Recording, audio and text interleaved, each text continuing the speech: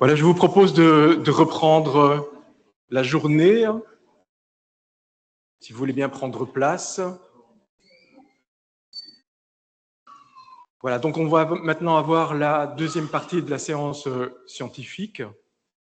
Mais avant cela, je vais céder la parole à M. Kasereka, qui représente l'ambassade de la République démocratique du Congo au Benelux, que je remercie d'être présent et qui ne pourra pas rester l'après-midi. Donc, je lui cède la parole dès maintenant. Merci beaucoup.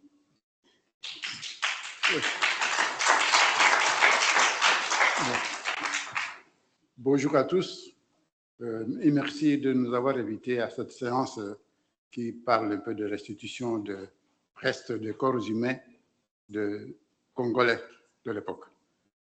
Sans beaucoup attendre, je vais directement entamer le mot à dire que nous avons prévu au niveau de l'ambassade.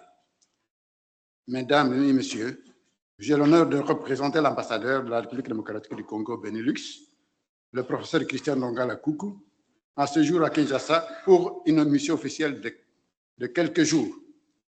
Ceux qui, parmi nous, s'intéressent à l'actualité politique congolaise avaient certainement suivi dans les médias la cérémonie de décoration des 5 élus belges d'origine congolaise par le président Félix-Antoine Tshisekedi, cérémonie qui s'était déroulée à Kinshasa le vendredi 15 mai dernier.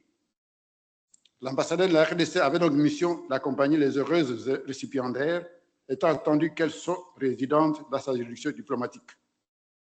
Mesdames et messieurs, c'est avec émotion que je prends la parole à cette table ronde au nom du gouvernement congolais, bien que M. Supérieur soit là aussi, du ministère de la Culture, pour vous présenter l'approche de la République démocratique du Congo sur la question de la restitution des dépouilles ancestrales. La République démocratique du Congo considère que la problématique de la restitution des dépouilles rentre dans les perspectives globales et globalisantes liées au rapatriement des biens culturels.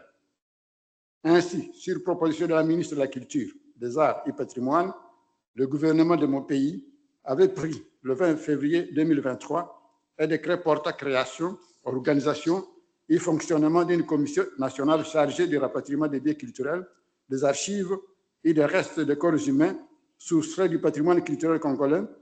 Cette commission que, en abrégé, CNR-PCC en sigle. Il est intéressant de noter que les principales missions de cette commission portaient sur la mise en place des cadres juridiques se rapportant à l'objet de la commission. Et plus globalement, il lui avait été confié des missions d'identification, délocalisation des biens culturels en partenariat avec les pays qui en assurent la conservation en vue de leur rapatriement à la République démocratique du Congo. Cette commission nationale comprend les organes suivants: le comité de pilotage, la coordination nationale, ainsi qu'un conseil scientifique qui, comme son nom l'indique, est l'organe chargé de toutes les questions scientifiques relatives aux missions de la commission. La création de cette commission au sein du ministère congolais de la Culture et sous l'égide du gouvernement congolais témoigne clairement de la volonté de mon pays de faire de l'enjeu des restitutions l'une des priorités de sa politique culturelle. Ainsi, la politique du gouvernement congolais, sous l'impulsion du président Félix-Antoine Tshisekedi, concernant la restitution des biens culturels, repose sur une démarche progressive, concertée et bilatérale du patrimoine culturel congolais détenu à l'étranger. Le gouvernement insiste pour que le retour de ces œuvres s'accompagne de partenariats scientifiques et d'infrastructures adéquates, tout en reconnaissant le travail de conservation réalisé par des pays comme la Belgique. Le gouvernement congolais considère que la restitution des œuvres spoliées est une étape majeure pour restaurer la mémoire collective, la spiritualité et l'identité culturelle. Il tient à ce que ce rapatriement s'inscrive dans une nouvelle politique culturelle prenant pied dans un contexte bilatéral apaisé plutôt que sur la simple passion et qu'ils soient soutenus par des capacités locales éprouvées de conservation et d'entretien de production culturelle à valeur patrimoniale.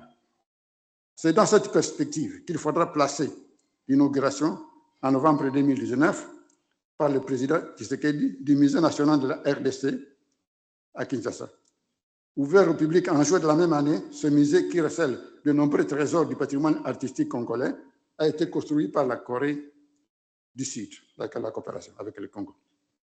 Certes, la République démocratique du Congo ne demande pas à la Belgique la restitution immédiate des biens culturels congolais. J'ouvre la parenthèse. Un jour, il faudra bien que ce patrimoine revienne à RDC, mais il faut le faire de manière organisée, a-t-il précisé lors de l'inauguration. Il faut reconnaître que les Belges nous ont aidés à le conserver. Il ne faut pas le faire précipitamment, mais de manière concertée, avait déclaré le chef de l'État congolais. Ainsi, s'agissant de manière spécifique de la restitution des biens, des restes humains pillés durant la période coloniale, cette démarche est appelée à sortir du champ de la simple diplomatie. Cette approche doit intégrer une considération cosmogonique, surnaturelle et chamanique. Ce sont des âmes qui ont été spoliées. Il leur faudra à ces âmes emprisonnées le moyen devant leur permettre de recouvrer la liberté. C'est le lieu de rappeler que l'acquisition de ces crânes et autres restes humains s'est faite dans des conditions de conquête systémique et souvent d'extrême violence.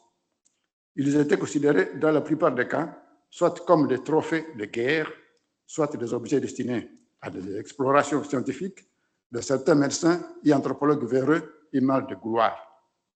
En conséquence, nous pouvons légitimement penser que la restitution n'est pas un simple fait de tourner une page de l'histoire que nous avons en partage, mais un acte de réparation morale et de justice transitionnelle, un devoir de vérité. C'est ici le lieu de saluer le courage politique de la Belgique qui, il y a peu encore, avait accepté de restituer à la République démocratique du Congo la relique de l'ancien Premier ministre de la RDC, Patrice Emery Lumumba. Nous demeurons persuadés que la dynamique ainsi engagée va se poursuivre, eu égard à l'excellence des relations qui existent entre la Belgique et la RDC.